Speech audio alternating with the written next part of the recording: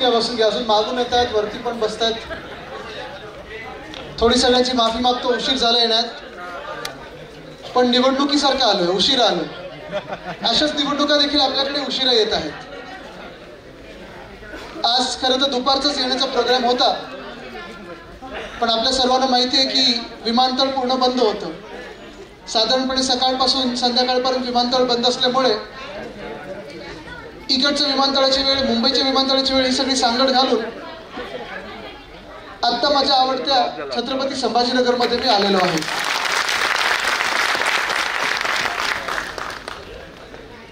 आजचं चित्र आणि निवडणुकीच्या आधीचं चित्र हे फार वेगळं होतं. अरे जरा थांबा ना, काय चाललंय? लहान मुलांना बसू दे ना खालती. तुम्ही स्टेजवर कशाला उभं करता त्यांना? खालती बसू. उभं नका ठेवू कोणाला, बसून घ्या ना. तुम्ही इथे आता एक एक बसून घ्या. त्यांना काही दिलंय का खायला वगैरे? एवढे वेळ थांबले असतील.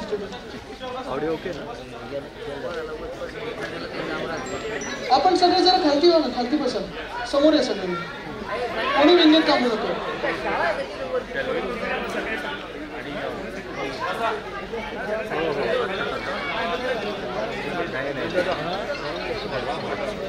लहान मुलांना पाहिजे तर ग्रीन रूम मध्ये बसवा. त्यांना कशाला थांबून ठेवलंय? लहान मुलांचं इथे मग ते देऊन टाके ना आता, म्हणजे त्यांना घरी पण जाता येईल.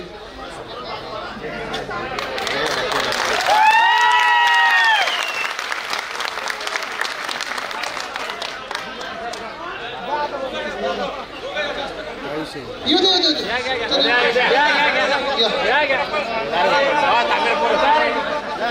सगळ्यांना येऊ दे. त्यांना काही बिस्किट चहा वगैरे दिलं? अच्छा या, थांबा.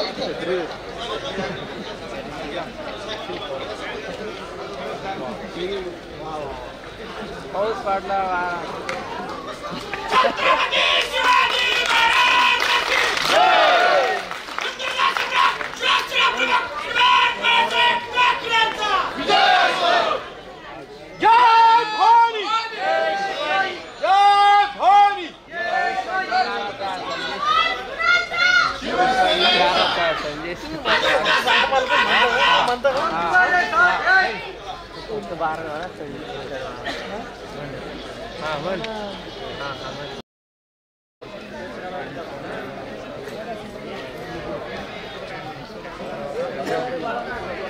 बोलू का? ठीक आहे. मी हेच सांगत होतो की निवडणुकीच्या आधीचं चित्र लोकसभेच्या आणि आता लोकसभेनंतरचं चित्र हे फार बदललेलं आहे. देशात तर फार बदललेलं आहेच. कदाचित इथे छत्रपती संभाजीनगरमध्ये जे आता खासदार निवडून आलेले आहेत, मला माहित नाही किती वाईनचे परवाने वगैरे कुठे कुठे स्पीड ब्रेकर होतील हे मला माहित नाही. पण फक्त बोलून चालणार नाही, त्यांना हरवून दाखवायला लागतं. आणि आता ही जी निवडणूक आपण पाहत आहोत, देशात जे चित्र बदललेलं आहे ते ह्याचसाठी बदललेलं आहे कारण 4 जूनचा निकाल जो होता तो आपल्या देशासाठी, आपल्या संविधानासाठी, आपल्या लोकशाहीसाठी, तुमच्या आमच्या आवाजासाठी फार महत्वाचा होता. 4 जूनच्या आधी जे चित्र दिसत होतं, देशभरात चित्र दिसत होतं, ते असं होतं की जणू काही भाजप, आणि खरी परिस्थिती म्हणजे ते जरी नंतर बोलत असतील की खोटं नॅरेटिव्ह आहे, फेक नॅरेटिव्ह आहे, ही सत्य परिस्थिती आहे की भाजपला आपल्या देशाचं संविधान जे महामानव डॉक्टर बाबासाहेब आंबेडकरांनी लिहून दिलेलं आहे ते बदलायचं होतं. ही खरी परिस्थिती. आणि हे मी नाही म्हणत आहे. भाजपचे 5 की 6 उमेदवार म्हणाले होते त्यावेळी लोकसभेच्या वेळी की आम्हाला 400 पार द्या, ह्यासाठीच द्या कारण त्यांना संविधान बदलायचं होतं. एक भाजपचे माजी मंत्री, मोठे नेते त्यांच्या पक्षातले, यावेळी तिकीट नाही मिळालं, त्यांनी मला सांगितलं होतं की आदित्य जर आम्हाला 300हून जास्ती मिळाले तर आम्ही देशातले जे काही अधिकार आहेत ते कमी करणार, देशाचं संविधान बदलल्याशिवाय राहणार नाही. हे भाजपचे शब्द आहेत. आणि संविधान का बदलायचं होतं? संविधान एवढ्यासाठीच बदलायचं होतं कारण तुमचा आमचा आवाज, मग तुम्ही कुठच्याही धर्माचे असाल, कुठच्याही जातीचे असाल, कुठच्याही भाषेचे असाल, कुठच्याही प्रांताचे असाल, हा आवाज बुलंद झालाच नाही पाहिजे, हा आवाज दाबलाच गेला पाहिजे, देशातून आवाज पर्यंत आलाच नाही पाहिजे. यासाठी त्यांना संविधान बदलायचं होतं. त्यांना आपलं संविधान यासाठी बदलायचं होतं कारण लोकशाही म्हणजे काय, तर जी आज ताकद आपल्या देशाने दाखवलेली आहे, मग महाराष्ट्र असो, उत्तर प्रदेश असो, ज्या ह्या राज्याने दाखवलेली ताकद आहे की तुम्हाला जर वाटत असेल की तुमची मस्ती या देशात चालेल, तुम्हाला जर वाटत असेल की एकाच व्यक्तीची मन की बात या देशात चालत असेल, तर तसं नाहीये. देशातल्या प्रत्येक नागरिकाची मन की बात तुम्हाला ऐकायलाच लागेल. ही ताकद आपल्या संविधानाने दिली आहे, ती यांना बदलायची होती. पण आज पहा, ज्यांना वाटत होतं की 400 पार 400 पार, त्यावेळी मी खैरे साहेबांसाठी जेव्हा प्रचाराला आलो होतो त्याच्या आदल्या वर्षी देखील असेल, पण प्रचाराच्या वेळी मी आपल्याला सांगितलं होतं की यांचं 400 पारचा नॅरेटिव्ह हा खोटा आहे. हे 200 पण कसेबसे गाठतील आणि ते खरं ठरलेलं आहे. 240 हे कसेबसे यांनी गाठलेले आहेत. मुंबईची एक सीट चोरलेली आहे, अनेक अशा सीट्स कुठे कुठे चोरले, ते कोर्टात आता सुरू झालंय का प्रकरण. पण हे सगळं जर नसतं केलं तर हे 200ला देखील पोहोचत नव्हते. कारण तुमच्या आमच्या मनात आज जे आपल्या डोक्यावर सरकार बसवलेलं केंद्रामध्ये हे कदापि आपल्या मनात नव्हतं. कदाचित आपल्याला वाटलं असेल की त्यावेळी आदित्य काय बोलतोयस तू, सगळे आकडे जे होते एक्झिट पोलचे सांगत होते 350 होतील, 330 होतील. काही मित्रांमध्ये देखील मी गप्पा मारत असताना, काही पत्रकार मित्रांशी गप्पा मारत असताना, चर्चा करत असताना मला त्यांनी पण विचारलं होतं की आदित्य तुला किती वाटतं काय आकडे येतील. मी त्यांना सांगितलं होतं बघा, महाविकास आघाडी जास्तीत जास्त आकडे येतील, त्याच्यात मी आकड्यांमध्ये जात नाही, पण देशभरात 220 ते 240 मध्ये राहतील. मी काही ज्योतिष नाही, मी काही कोणाचा चेहरा वाचू शकत नाही, कोणाच्या हातावरच्या ज्या काही लकीरी असतात ते वाचत नाही. पण मला एवढं कळत होतं की या देशात कोणी खुश नाहीये. ना कुठचं राज्य खुश आहे, ना कुठचं प्रांत खुश आहे, ना कुठची भाषा खुश आहे, ना कुठचं धर्माला वाटतं की आपलं काम होतं, ना कुठच्या जिल्ह्याला काही वाटतं.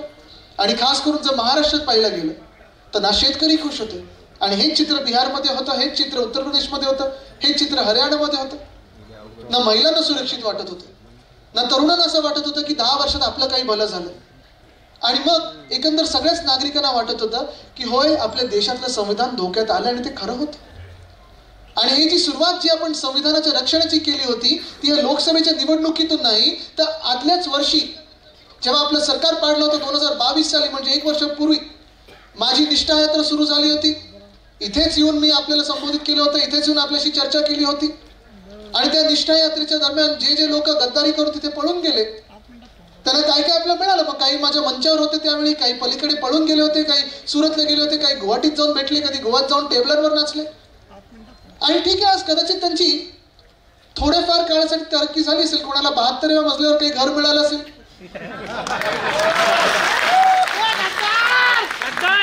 कोणाला डिफेंडर गाड्या मिळाल्या असतील. पाऊस पडला घराचा, संजय शिरसाट महाराजा,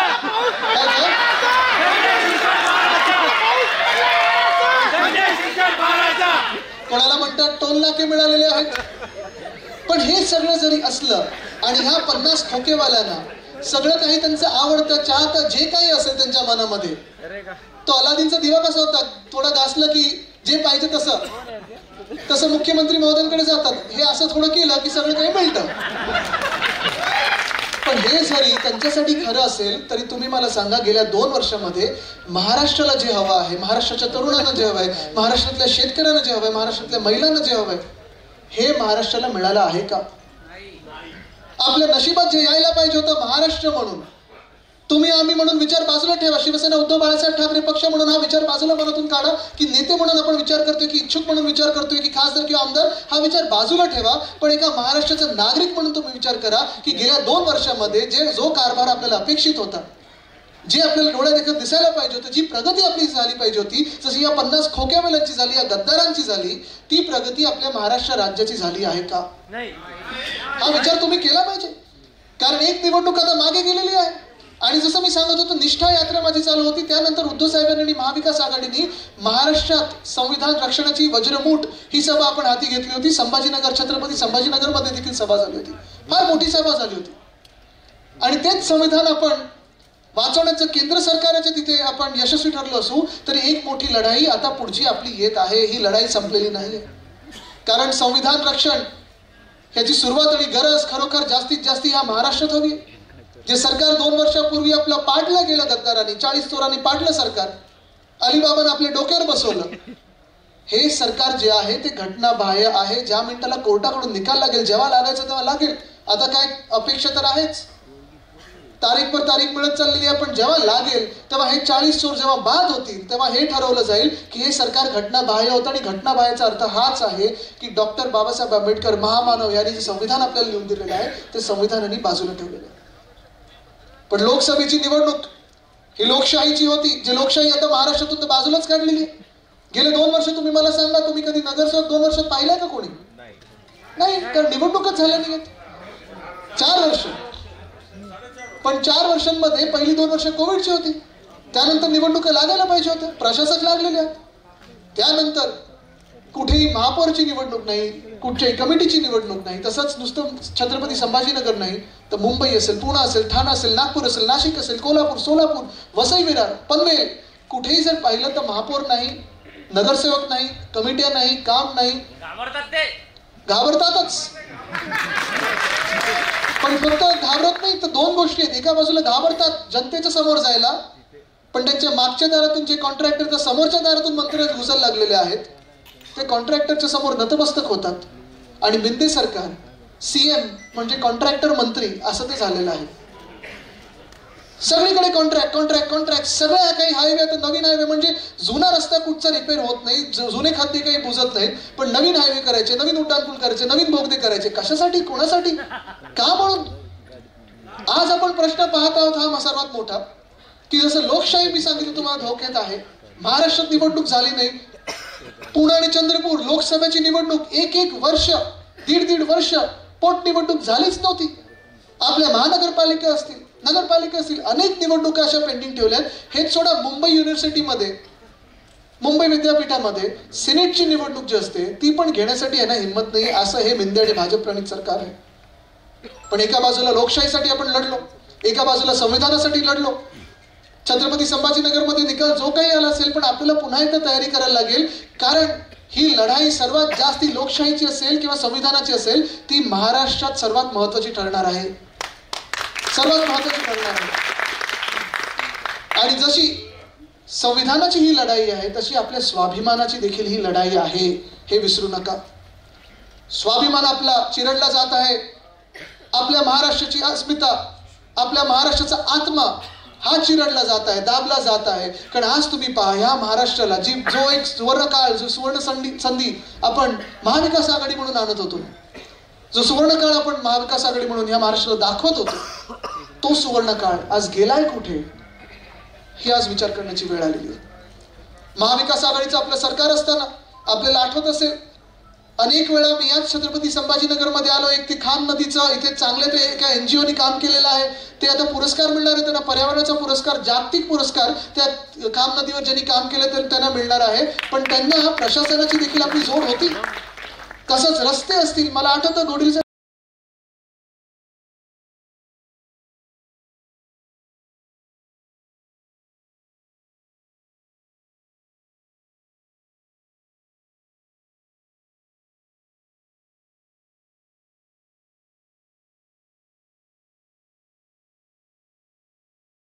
विलगीकरणाच्या प्लांटला जाऊन दिवसभर तो स्वतः आपण वास घेऊन फिरलो होतो. पण आपण कामं केली आणि ती कामं डोळ्यासमोर होती, लोकांच्या समोर होती. आणि तसंच इथे आपण ऑरिक सिटीचं जे काम केलं ते एवढं तुफान काम केलेलं होतं की नंतर मी साधारणपणे आपलं सरकार पडायच्या 1 महिन्याआधी महाराष्ट्रामध्ये जे 120 वेगळ्या वेगळ्या देशांचे दूत आहेत त्याच्यातून मला वाटतं 30 की 40 दूतांना मी आपल्या इथे ऑरिक सिटी खास करून पाहायला पाठवली होती. आणि अर्थात आपलं वेरूळ असेल, आपलं हे सगळं पाहायला पाठवलं होतं. आपण पर्यटन वाढवत होतो, आपण पर्यावरणावर लक्ष देत होतो, आपण विकास कामं करत होतो, शाश्वत विकास करत होतो, जंगल वाचवत होतो. आणि त्याच सोबत आपण उद्योगाला देखील आपल्या राज्यात चालना देत होतो. इथे ऑरिक सिटी तर बाजूला आली, पण आज तुम्ही मला सांगा, ह्या ऑरिक सिटीचा बोलबाला जेवढा आपल्या काळात झाला आणि जेवढे उद्योग आपण इथे आणू शकलो गेल्या 2 वर्षामध्ये, तुम्ही मला सांगा किती इथे संधी तुम्हाला मिळाल्या आहेत. इथे स्थानिक पोरांनी आणि पोरींनी सांगावं, मला मुला मुलींनी सांगावं, तरुण तरुणींनी सांगावं की किती संध्या तुम्हाला इथे जॉबसाठी मिळालेल्या आहेत, जे तुम्हाला हक्काचा तुमचा रोजगार इथेच संभाजीनगरमध्ये देईल, ह्या जिल्ह्यामध्ये देईल. असं कुठचं एक तरी नवा मोठा उद्योग आलाय का? जे होते ते पण निघून चाललेले आहेत, जे आहेत त्यांना पळवण्याचं काम चालू आहे आणि जे येणार आहेत त्यांना रोखण्याचं काम चालू आहे. कारण भाजपाचं जे काही राजकारण आहे ते महाराष्ट्र विरोधी आहे, महाराष्ट्र द्वेषी आहे. आज आपण पाहतो महाविकास आघाडीचं जेव्हा सरकार होतं तेव्हा उद्धव साहेब मुख्यमंत्री होते आणि त्याच मुख्यमंत्र्यांनी कोविडच्या काळात अर्थचक्र बंद पडलं होतं तरी देखील अर्थचक्र सुरू करण्याचा पूर्ण प्रयत्न केला आणि जून 2020 पासून जून 2022 पर्यंत साधारणपणे 6.5 लाख कोटीची गुंतवणूक आपण आपल्या राज्यात आणू शकलो. हे आपलं महाविकास आघाडीचं हे जे काम होतं ते लोकांसमोर आहे.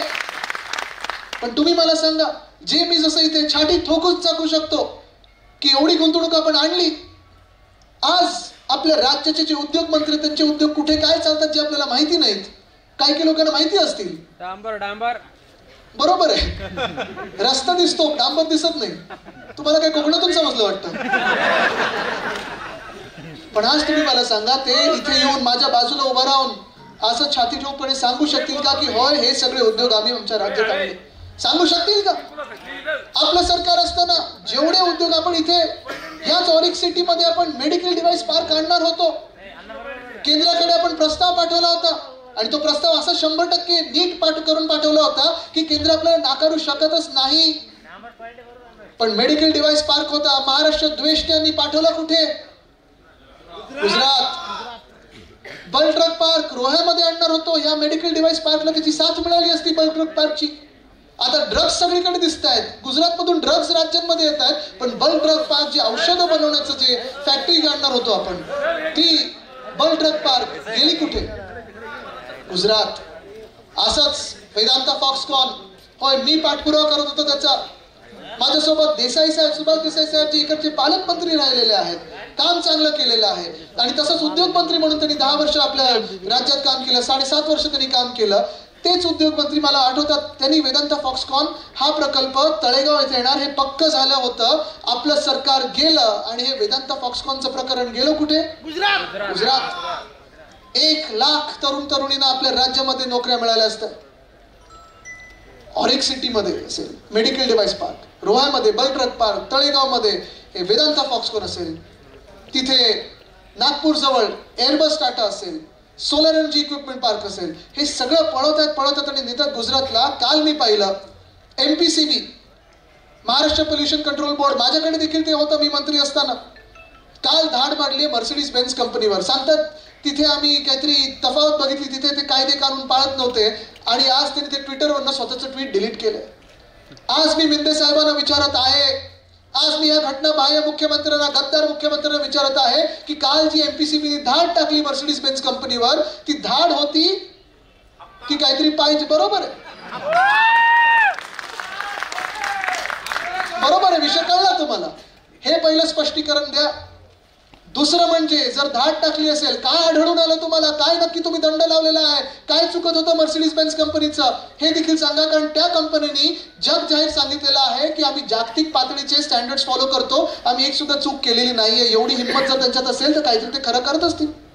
पण तरुणांनी हा विचार केला पाहिजे. एका बाजूला जर्मनीची कंपनी जी महाराष्ट्रात आलेली आहे, त्यांनाही गुजरातला पाठवण्याचा पूर्ण प्रयत्न करत आहे, तिथे कंपन्या बंद करून किंवा हप्ते घेऊन किंवा जे काही मागून. मला माहित नाही, खोक्याचं धोक्याचं राजकारण चालू असतं. पण दुसऱ्या बाजूला आपल्याला सांगतात की जर्मनीमध्ये आपल्याला 1 लाख नोकऱ्या मिळणार आहेत. तिथे कोणाला जर्मन भाषा येते का? जरा हात वरती करा. एकाला येते वाटतं तिथे.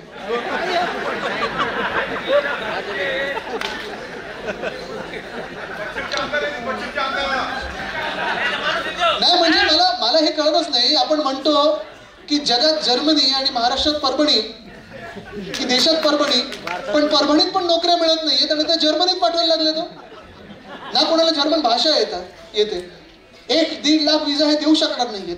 आपल्या लोकांना, आपल्या तरुण मुला मुलींना इथे इंजिनियरचे इथे जॉब्स मिळत नाहीत आणि देणार आहेत जर्मनीमध्ये. काय विमान तुम्ही पाठवणार आहे भरून? ह्या गद्दारांना असं वाटतं की गोवा, गुवाहाटी, सुरतला गेले तसं ह्यांना तिथे जायचं, पण असं होऊ शकत नाही. आणि हाच तरुणांनी विचार केला पाहिजे की पुढची जी निवडणूक आहे ही आपल्या स्वाभिमानाची निवडणूक आहे. स्वाभिमान आपलं चिरडला जात आहे आणि स्वाभिमान तोच आहे जिथे तुम्ही सांगू शकता हक्काने की होय ही माझी कमाई आहे, मी त्या कमाईवर जगतो. पण निवडणुकीच्या वेळी हे आपल्याला पटवायचा प्रयत्न करतील, हे आपल्याला काहीतरी अजून देण्याचा प्रयत्न करतील, हे आपल्याला विकत घेण्याचा प्रयत्न करतील, हे आपल्यामध्ये चीड निर्माण करण्याचा प्रयत्न करतील, हे आपल्यामध्ये वाद निर्माण करण्याचा प्रयत्न करतील. तरुणांनी विचार केला पाहिजे की हे ह्यांच्या पोळ्या ज्या आहेत आपल्या वादावर भाजून घेतात, आपण नंतर जाणार कुठे हा तुम्ही विचार केला पाहिजे. ना जर्मनीमध्ये आपण जाऊ शकत, ना गुजरातमध्ये आपल्याला नोकऱ्या मिळणार. आणि गुजरातशी आपलं काही भांडण नाही, काही वैर नाहीये. मला राग तेव्हाच येतो आणि कदाचित तुम्हाला वाटत असेल की अरे आदित्य हा परत आम्हाला तेच सांगतोय, पण हे जे प्रकरण आहे ते थांबलेलं नाहीये, की सगळं जे काही आहे ते गुजरातला पाठवलं जात आहे. गुजरातचं जे हक्काचं आहे त्यांना मिळालंच पाहिजे, पण माझ्या हक्काचं, महाराष्ट्राच्या हक्काचं आहे जे तेव्हा तिथे पाठवतात तेव्हा मला राग येतो, तिथे मी नडणार म्हणजे नडणारच. आपलं सरकार ह्याचसाठी आणणं गरजेचं आहे. धावपळ करून ठीक आहे, जे आसामला जायचं आसामला जाऊ दे, काश्मीरमध्ये तिकडची गुंतवणूक तिथे जाऊ दे, पण महाराष्ट्राची गुंतवणूक जी आपण धावपळ केली, ज्यासाठी आपण हट्ट केला, किंवा जसं भाजपवाले सांगतात बाळ हट्ट केला आदित्यने, ठीक आहे चला बाळ हट्ट केला, त्या माझ्या आजोबांचंच नाव बाळ केशव ठाकरे होतं, तर बाळ हट्ट चला, बाळासाहेब आहेतच माझ्या नावामध्ये. पण मुख्य गोष्ट हीच आहे की बाळ हट्ट असेल, धावपळ असेल, मेहनत असेल, ज्या गोष्टीसाठी केली ती गोष्ट हीच होती की माझ्या तरुणींना, माझ्या मित्रमैत्रिणींना, इकडच्या महाराष्ट्रातल्या आपल्या युवा वर्गाला नोकऱ्या मिळायला पाहिजेत, ज्या नोकऱ्या आज मिळत नाहीयेत. MIDC मध्ये नोकऱ्या मिळत नाहीत, MIDC ओस पडत चाललेली आहे. ज्या MIDC चांगल्या होत्या त्या बंद पडत चाललेल्या आहेत. जे उद्योगपती आहेत ते मला अनेकदा भेटतात. परवाकडे नाशिकला होतो, आज छत्रपती संभाजीनगरमध्ये काही भेटीगाठी होत असतात आणि ते मला सांगतात की आदित्यजी आम्ही जायचं कोणाकडे? एक घटना बाह्य CM आहेत, 2 हाफ DCM आहेत, एकाकडे गेले की दुसरे 2 नाराज. त्यांना काही दिलं म्हणून फोन येतात, आम्हाला काय देत नाही? ते बोलतात साहेब आम्ही काही द्यायला आलो नाही, तुमच्याकडून परवानगी घ्यायला आलो. पण आज जी काही स्कीम चालू आहे, एकच लाडका उद्योगपती, एकच सगळं काही चालवणार, सगळे एअरपोर्ट त्यांच्याकडे, धारावी त्यांच्याकडे, मुंबई त्यांच्या देशात. आणि तसंच जर पाहायला गेलं तर दुसऱ्या बाजूला लाडका माझा कॉन्ट्रॅक्टर ही जी योजना आहे, हीच योजना चालू आहे. तेही कॉन्ट्रॅक्टर कुठून आले ते तुम्ही लक्षात घ्या. कारण जे काही माझ्या कानावर येतं, अयोध्येमध्ये हरले, वाराणसीमध्ये हरायच्या जवळपास आले होते, ह्याचं कारण एकच होतं की तिकडच्या स्थानिक भूमिपुत्रांना त्याने डावललं आणि गुजरातच्या कॉन्ट्रॅक्टरना काम दिलं. मंदिरातले पुजारी देखील आता गुजरातचे आणतात. जी जुनी प्राचीन मंदिर होती ती तोडली त्यांनी, मूर्त्या तोडल्या, आणि हे हिंदुत्व आपल्याला शिकवायला निघालेले आहेत. पण हेच मी सांगतोय की आपल्याला वादांमध्ये हे गुंतवून ठेवणार आणि तुम्हाला मतदानाच्या दिवशी भलतं काहीतरी व्हॉट्सअपवर येईल, त्या व्हॉट्सअपच्या युनिव्हर्सिटीवर जाऊ नका. जी तुम्हाला नोकरी आहे की नाही आणि तुम्हाला नोकरी सध्या कोणाच्या काळात मिळत होत्या आणि सध्या खेचून कोणी घेतलेल्या आहेत, हा विचार करून तुम्ही ज्या दिवशी मतदान होईल, अर्थात मध्ये प्रचार सभा होतीलच, पण आज कार्यकर्ता मेळावा आहे, पदाधिकाऱ्यांचा मेळावा आहे, इकडे जाहीर सभा नाही आहे. आणि ह्या पदाधिकाऱ्यांच्या मेळाव्यात मी तुम्हाला आज खास करून आवर्जून सांगतो की हा निरोप तुम्ही स्थानिक तिकडच्या तरुणांना आणि तरुणींना दिला पाहिजे. प्रायव्हेट उद्योगात कुठेही स्थान नसताना आपण सहसा जात असतो मग पब्लिक सर्व्हिसमध्ये. मागच्या आठवड्याच्या बातम्या किती लोकांनी वाचल्यात? MPSCचा जो काही सगळा घोळ झालेला आहे, वाचणार हो तुम्ही परत. मला वाटतं इकडून आपल्या मराठवाड्यातून तर अनेक मुलं जातात पुण्यामध्ये MPSCच्या परीक्षा द्यायला आणि ट्युशन घ्यायला. किती वेळा आंदोलनं करायची? 22 मध्ये, 23 मध्ये, 24 मध्ये. बरं किती किरकोळ विषय हो की IBPS ची एक परीक्षा आणि MPSCची एक परीक्षा एकाच दिवशी आली. ठीक आहे, पत्रव्यवहार केला असेल तर तारखा बदला, पण हा आडमुठीपणा जो आहे MPSCचा की आम्ही तारीख बदलणारच नाही. काय करता तुम्ही? म्हणजे काय देशाची निवडणूक चालू होते की आम्ही तारीख बदलणार नाही? की मोठी कुठची वर्ल्ड कपची फायनल आहे की आम्ही तारीख बदलणार नाही? ठीक आहे, मी समजू शकतो क्रिकेट आणि टेनिसची वर्ल्ड कप दोघांची एका दिवशी आहेत, पण या स्पर्धा परीक्षात ह्या तरुणींच्या भवितव्याबद्दल आहे, तुम्ही खेळू नका त्याच्याशी. किती वेळा तुम्ही आंदोलन करायला लावणार? किती वेळ दिवस आम्हाला तुम्ही रस्त्यावर बसायला लावणार? आणि मग हे सगळं घोळ घालून जेव्हा परीक्षा आपण उत्तीर्ण होतो, पास होतो, त्याच्यानंतर कोण ना कोणातरी फोन करायला लागतो, खोके द्यायला लागतात, खोकेने अजून काही छोटा एन्व्हलप द्यायला लागतं, पाकिट द्यायला लागतात. पोस्टिंगसाठी, बदली पोस्टिंगसाठी महाराष्ट्रामध्ये खोके, पाकिट वगैरे हे जे सुरू झालेलं आहे कल्चर, ही संस्कृती कधी आपल्या राज्याची नव्हती, ती आज दुर्दैवाने आपल्या राज्यात सुरू झालेली आहे. पोलिसांचाच विषय घेतला तर किती कठीण विषय झालेला आहे. 17,500 पदांची भरती होती कॉन्स्टेबलची मुंबईत. आले किती मुलं तिथे? 18 लाख मुलं. खैरेसाहेब विचार करा, 18 लाख मुलं मुंबईत आले आणि बिचाऱ्यांना काही व्यवस्था केली नव्हती सरकारनी. त्यांना जोगेश्वरी पुलाखालती, मरीन ड्राईव्हवर वगैरे झोपायला लागलं, भर पावसात झोपायला लागलं. आता याच्यातून निवडले किती जातील माहित नाही. निवडल्यानंतर पोस्टिंग कुठे मिळेल माहित नाही. पोस्टिंग मिळाला, घर मिळणार का माहित नाही. ज्यांना घरं आहेत त्यांची घरं कुठच्या परिस्थितीत आहेत. आपण 650 कोटी दिली होती, काय आता मिळाले त्यांना माहित नाही. आणि एका बाजूला हे चालू असताना ते महाराष्ट्र सिक्युरिटी फोर्स म्हणून दुसरं आहे, 20,000 मुलं त्याच्यात भरती केलेली आहेत, पण तेही कॉन्ट्रॅक्ट सिस्टम. हे कॉन्ट्रॅक्ट सिस्टमचं जे भूत चालू झालेलं आहे, इथे देखील अनेक युनियन आपले शिवसेनेच्या, भारतीय कामगार सेनेच्या, पण दानवे साहेब हे जे कॉन्ट्रॅक्ट सिस्टमचं जे आहे ना, कामगार कायदे बदलायचे आहेत, ते आपल्या देशासाठी आणि आपल्या राज्यासाठी धोक्याचे आहेत. फिक्स्ड टर्म एम्प्लॉयमेंटचा विषय असेल, कॉन्ट्रॅक्ट लेबरचा विषय असेल, म्हणजे आपल्या महाराष्ट्राच्या तरुणी जायचं नक्की कुठे? की तुमच्याच मागे धावत बसायचं, खोके खोके खोके करत.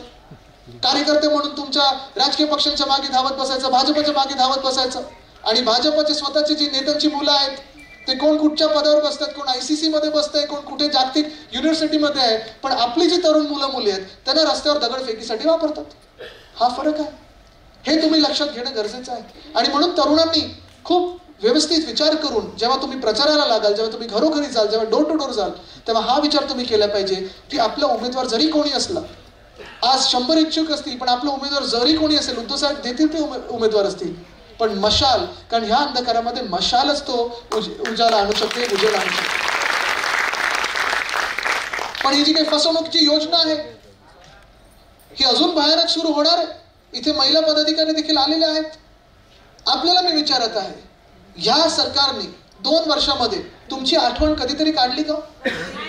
आज लाडकी बहीण म्हणून आज काय लखपती दिदी सकाळी झालेला आहे, त्यानंतर लाडकी बहीण सुरू झालेलं आहे.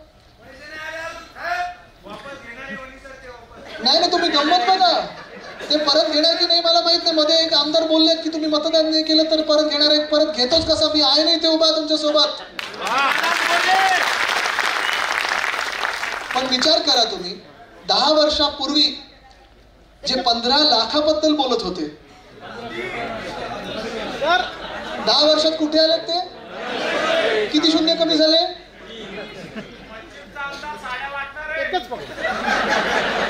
सर, आम्हाला 1500 रुपयाची गरज नाही, फक्त माझ्या बहिणीला फक्त सुरक्षा पाहिजे, बस 1500 रुपयाची गरज नाही. 1500च नाही, आपल्या सरकारला आपण वाढीव देऊ. त्यांना फक्त संरक्षण पाहिजे, माझ्या मामाला संरक्षण पाहिजे फक्त, बस. ठीक आहे, बस त्याच्यावर येतो मी. पण महत्वाचं म्हणजे हा फुगा फोडणं गरजेचं आहे की हे सगळं खोटं आहे, थोटांना आहे. 2 वर्षामध्ये या महाराष्ट्रात अनेकदा आपण ओरडलेलो, अनेकदा आपण आंदोलन केलेली आहेत. 2 मंत्री असे आहेत, एक मला वाटतं पालकमंत्री बनवले तिथे, गद्दार त्यांचं नाव आहे, आडनाव काय? त्या व्यक्तीने सुप्रियाताई सुळेंना एवढ्या घाणेरड्या शिव्या दिल्या होत्या चॅनलवर, केवढ्या घाणेरड्या शिव्या दिल्या होत्या. महिलेला शिव्या दिल्या. तुम्ही 1 मिनिट विचार करून मनातून काढून टाका की सुप्रियाताई राष्ट्रवादी काँग्रेसचे नेते आहेत किंवा खासदार आहेत, पण जी व्यक्ती, जो मंत्री ह्या अशी शिवीगाळ कोणालाही, महिला पुरुष कोणालाही करू शकतो, त्या मंत्र्याला खरं लाच मारून काढून टाकायला पाहिजे होतं मंत्रिमंडळातून, गेट आउट सांगायला पाहिजे होतं. त्याला तुम्ही पालकमंत्री म्हणून छत्रपती संभाजीनगरच्या डोक्यावर बसवलेलं आहे. तुम्ही मला सांगा, असले लोक तुमचे लाडके भाऊ होऊ शकतात का? दुसरे मंत्री आहेत, आज निर्लज्जपणे ते बोलले आहेत की अशा घटना तर होतच असतात, अशा घटना होतच असतात. अरे, तुमच्यावरच एवढे भयानक आरोप झाले होते की उद्धव साहेबांना तुम्हाला काढायला लागलं होतं, गेट आउट सांगायला लागलं होतं. माहितीये ना कोणाबद्दल बोलतोय मी? आज काय स्टेटमेंट दिलं आज की काल की आंदोलन योग्य नाहीत, अशी घटना होत असतात. अरे, होत असतात. महिलांवर अत्याचार होतोय, महिलांवर बलात्कार होतोय, त्यांना फाशी द्या, अशा आंदोलन तुम्ही केली पाहिजे. हा कुठचा निर्लज्जपणा आहे की अशी घटना होत असतात कारण तुम्हाला फाशी होईल म्हणून? लाज वाटली पाहिजे. पण ह्या लोकांना जर तुम्ही मंत्रिमंडळात ठेवत असाल तर हे घटनाबाह्य मुख्यमंत्री तुमचा लाडका भाऊ होऊ शकतो का? तिसरी गोष्ट तुम्हाला विचारतो, आणि हे मी आधी पण बोललेलो आहे, त्यांचा जो मित्र पक्ष आहे किंवा त्यांच्या मागे जी महाशक्ती उभी आहे भाजपा, त्यांचे लोक किती सांगायचे, प्रधानमंत्री महोदय स्वतः ज्या रेवण्णासाठी गेले होते प्रचाराला, 2500 महिलांना त्यांनी अत्याचार केलाय, बलात्कार केला, त्यांचे व्हिडिओ काढलेले आहेत, त्या रेवण्णासाठी प्रचार करणारी भाजप तुमचा लाडका भाऊ होऊ शकतो का? बिल्किस बानोवर ज्यांनी रेप केला होता, बलात्कार केला होता, त्यांच्या बलात्कारांना जेलमधून बाहेर काढून त्यांचं औक्षण केलं, त्यांना हार घातले आणि प्रचारात फिरवलं. जातपात धर्म न पाहता बिल्किस बानोची किंवा त्या बलात्काराची, वंदनीय हिंदू सम्राट बाळासाहेब ठाकरेंची भूमिका हीच असते की त्या बलात्काराला फाशीवर चढवा. त्या बलात्कारांचा सत्कार करणारा भाजप तुमचा लाडका भाऊ होऊ शकतो का? नाही होऊ शकत. हे सगळं निवडणुकीबद्दल फसवणूक आलेली आहे. आणि हा लाडका भाऊ जो स्वतःला लाडका भाऊ म्हणून म्हणत आहे, काल जेव्हा आपण आंदोलन करत होतो, महाविकास आघाडी म्हणून आंदोलन नाही तर महाराष्ट्र म्हणून आंदोलन करत होतो, ते ह्या विकृती विरुद्ध आंदोलन करत होतो. आणि त्याच वेळी भाजपने आपल्या विरोधात आंदोलन केलं. आपलं कालचं आंदोलन खरं तर बंद आणि नंतर आंदोलन बंद आपण केलं नाही, कारण हायकोर्टाने, सन्माननीय उच्च न्यायालयाने आपल्याला सांगितलं की बंद करू नका. ठीक आहे, 2 पर्यंतच बंद होता, पण तो देखील आपण नाही केलं. पण काल जे आपण आंदोलन केलं होतं ते कुठच्याही राजकीय पक्षाविरुद्ध केलं नव्हतं. आपलं कालचं आंदोलन हे राजकीय नव्हतंच. कालचं आपलं आंदोलन संस्कृती विरुद्ध विकृती होतं आणि त्या विकृतीच्या बाजूने भाजपने आंदोलन केलेलं आहे. हे तुम्ही लक्षात घ्या, हे तुम्ही लक्षात घ्या. पुढच्या काही दिवसांमध्ये अजून घराघरा जे घटनाबाह्य मुख्यमंत्री फिरतात, मिळाले का तुम्हाला आले पैसे पैसे हा बरोबर. हा सगळा खोटारडेपणा सगळीकडे चालणार आहे. आता सांगतात की आमचं सरकार परत वाढीव देऊ. मी त्यांना सांगतो हिंमत असेल तर आत्ताच वाढीव द्या. तुमचं सरकार येत तर नाहीच. आमचं सरकार येणारच आणि मी वाढीव देणार म्हणजे देणारच आहोत. पण त्याच सोबत राष्ट्रपती महोदयांकडे आमचा पाठपुरावा चालू आहे की शक्ती कायदा हा पारित झालाच पाहिजे. शक्ती कायदा आपण आणला होता, शक्ती कायदा आपण मांडला होता, शक्ती कायदा आपल्या विधान भवनात मंजूर झाला होता, आपलं सरकार असताना मंजूर झाला होता. 2020च्या अधिवेशनात, हिवाळी अधिवेशनात आपण तो मांडला आणि 2021 मध्ये आपण तो पाठवला होता. भाजपाल नाही, ते भाजपचे असल्यामुळे भाजपाल निघतं. काय त्यांचं नाव? राज्यपाल कोश्यारी साहेब. भाजपालच होते, भाजपचेच होते. तसेच वागायचे. पण त्यांनी पाठवला तो कायदा केंद्राकडे, म्हणजे राष्ट्रपती महोदयांकडे. तुम्ही विचार करा, 2021 निघून गेलं, 22 निघून गेलं, 23 निघून गेलं, आता 24 संपत आलेला आहे, पण अजून कायदा पारित झालेला नाही. कशासाठी? काय हा भाजपच्या विरोधात कायदा होता? काही भाजपच्या नेत्यांच्या विरोधात कायदा होता? कोणाविरुद्ध हा कायदा होता? हा कायदा जो महिलांवर अत्याचार करतो त्याच्या विरोधात होता. हा कायदा महिलांना बळ देण्यासाठी, शक्ती देण्यासाठी कायदा होता. त्या कायद्याचा हा भाजप विरोध करत आहे. हे दुर्दैव आहे. आणि आज आपल्याला सांगत आहे की तुम्ही आमच्या सगळ्या लाडक्या बहिणी आहात. पण हा विचार तुम्ही केला पाहिजे की 15 लाखाबद्दलचे 1500 वर आलेले आहेत, ते पुढचे पण 2 शून्य काढतील. कारण तसंच फसवणूक आपल्या शेतकरी बांधवांची होत येतात ना. जेव्हा कर्जमुक्ती होते, जेव्हा आपल्याला आठवत असेल महाविकास आघाडीचं आपलं सरकार आलं, तेव्हा उद्धव साहेबांनी कुठचीही निवडणूक जवळ नसताना देखील 2019 मध्ये, 2019-20 मध्ये, म्हणजे आपलं सरकार 19च्या नोव्हेंबरमध्ये आलं, 2019च्या डिसेंबर आणि जानेवारीमध्ये आपण पुढच्या 2 महिन्यात एक कार्यक्रम राबवला होता. तो म्हणजे 2 महिन्यात आपण कर्जमुक्ती 2 लाखापर्यंतची केली होती. तसं जर पाहिलं गेलं तर 2019 पासून लोकसभा 5 वर्षावर होती, 2019 पासून विधानसभा पुढच्या 5 वर्ष होती. कुठचेही मुख्यमंत्री निवडणुकीचे जवळ असे सगळे खेळ खेळत असतात. उद्धव साहेबांचं मन हे खरं आहे, पारदर्शक आहे. कुटुंब प्रमुख असल्यामुळे त्यांनी सांगितलं मी माझं वचन पूर्ण करणार. माझं पहिलं महाराष्ट्राला वचन होतं की शेतकऱ्यांची कर्जमुक्ती करणार. ती उद्धव साहेबांनी करून दाखवली होती आणि ते पुन्हा एकदा करू. शेतकऱ्यांना मदत लागेल तेव्हा आपण देऊ. मला आठवतं कोविडच्या काळात देखील जेव्हा जेव्हा शेतकऱ्यांना मदत लागायची तेव्हा आपण जी काही मदत, काही जास्ती देऊ शकलो नाही, पण जी काही मदत लगेच द्यायचो, खांद्याला खांदा द्यायचो, एक आधार द्यायचो, आपण धीर द्यायचो की आम्ही तुमच्या सोबत आहोत. उद्या आता आपण फिरणार आहोत, जिथे शेतकरी भेटतील, शेतकरी मेळावे आहेत, आपले शेतकरी संवाद आहेत, आपले पदाधिकारी देखील असतील. पण तुम्ही या महाराष्ट्रातल्या शेतकऱ्यांना विचारा की गेल्या 2 वर्षामध्ये तुम्हाला वाटतं का की हे सरकार तुमचं आहे? आणि हेच मी तुम्हाला सांगते, महिलांना पण सांगते, जे 1500 बद्दल आता बोलायला लागलेले आहेत, 15 रुपयाचे जर तुम्हाला चेक यायला लागले तर त्याच्यात आश्चर्य काही वाटत घेऊ नका.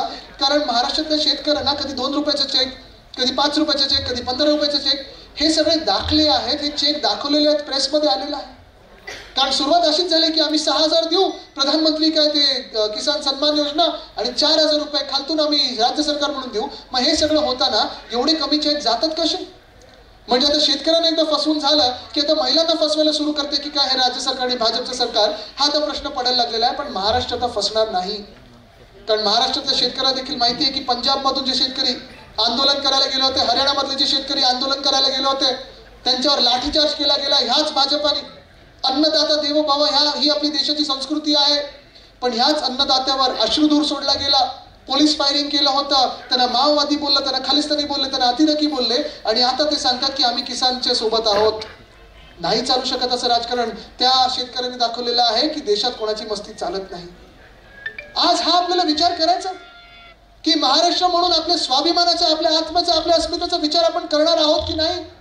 की जे चाललं आहे ते चालवत राहायचं, जे चाललंय ते चालवत राहायचं. शेतकरी आत्महत्या करतायत. बदलापूरमध्ये जे घडलं, 6 दिवस FIR घेतली नाही, मग त्या गरोदर महिलेला पोलीस स्टेशनमध्ये 10 तास बसून ठेवलं, त्याच्यानंतर FIR घेतली. बरं, जे आंदोलन करायला उतरले त्यांच्यावर लाठीचार्ज केला. हे जे चाललंय हे मान्य असेल तर ठीक आहे, जे चाललंय ते चालू दे.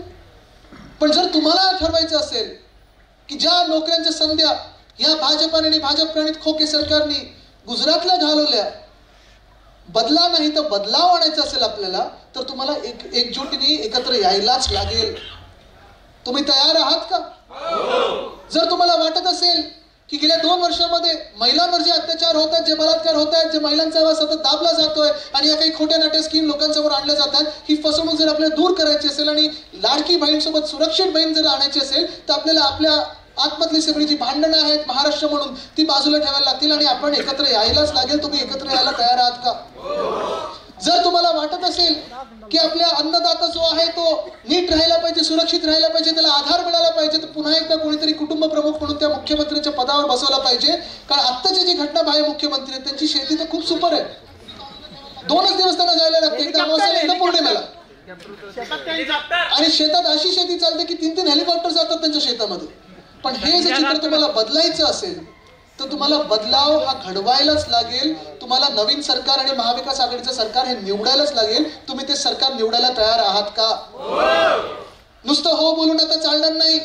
कारण आपण खूप वेळा आपली भाषणं चालतात, आता बघू आपण फडकूनच राहू, आपला निवडणूक आपण जिंकलीच पाहिजे. पण तुम्हाला कार्यकर्ता म्हणून, तुम्हाला पदाधिकारी म्हणून मेहनत घ्यायला लागेल. एक लोकसभेची निवडणूक आपण जिंकल्यासारखी आहोत कारण आपण मस्ती खालती खेचली, हुकुमशहाला खालती आणलेला आहे म्हणून ही निवडणूक जिंकलं असं नाही. मार्ग सोपा नसणार आहे. सगळं काही ते तुम्हाला करतील, तुम्हाला धमकवण्याचा प्रयत्न करतील. तुम्ही घाबरणार आहात का? तुम्हाला विकत घेण्याचा प्रयत्न करतील, तुम्ही विकले जाणार आहात का? तुम्हाला फसवण्याचा प्रयत्न करतील, तुम्ही फसले जाणार आहात का? या महाराष्ट्रामध्ये हे तर सुरुवात झालेली आहे की हिंदू मुस्लिम मध्ये भांडणं, मग इतर काही समाजामध्ये भांडणं, मग आपल्या जातीमध्ये भांडणं, आरक्षणावरनं भांडणं, तुम्हाला मग महिला पुरुष मध्ये भांडणं, जिल्ह्यामध्ये भांडणं. आपण विखुरले जाणार आहोत का? कारण ठीक आहे, इतिहास आपल्याच्या आत्ताच्या काळामध्ये मतदानाचा जो इतिहास असतो ते एक बोट घडवतं. पण एक बोट म्हणजे काही लोकशाही नाही. आपण सगळे जर पाहिलं तर ही जी 5 बोटं आहेत, ही 5 बोटं म्हणजे सगळे समाज आहेत, सगळे धर्म आहेत, सगळे जिल्हे आहेत, सगळे प्रांत आहेत. आपण सर्व ही 5 बोटं आहोत. जर आपल्याला लढायचं असेल तर ह्या 5 बोटांना वेगळं लढून चालणार नाही. जर ताकद बघायची असेल तर ह्या 5 बोटांना एकत्र आणून ही वज्रमूठ तयार केली पाहिजे. तरच आपण लढू शकतो. ही ताकद आहे आणि ही ताकद तुम्हाला दाखवायला लागणार. ही ताकद तुम्ही आज महाराष्ट्राची वज्रमूठ असणार आहात. मी आज पुन्हा एकदा तुम्हाला विचारतोय, तुम्हाला फसवलं जाईल, तुम्ही फसणार आहात का? ईडी, आयटी, सीबीआय, पोलीस, निवडणूक आयोग तुमच्या मागे लावले जातील, तुम्ही घाबरणार आहात का? तुम्हाला धमकावलं जाईल, तुम्ही दबकले जाणार आहात का? तुम्ही दाबले जाणार आहात का? तुम्ही घाबरणार आहात का? लढायला तयार आहात का? जिंकायला तयार आहात का?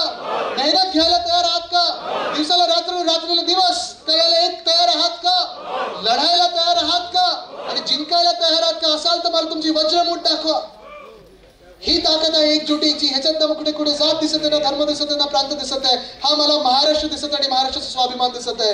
ही जर वज्रमूठ एकत्र आली तर जे कोणी आपल्या समोर आपल्याला मागे खेचायला निघालेले आहेत, मागे ढकलायला निघालेले आहेत, ही वज्रमूठ त्यांना बुक्क्या दिल्याशिवाय राहणार नाही.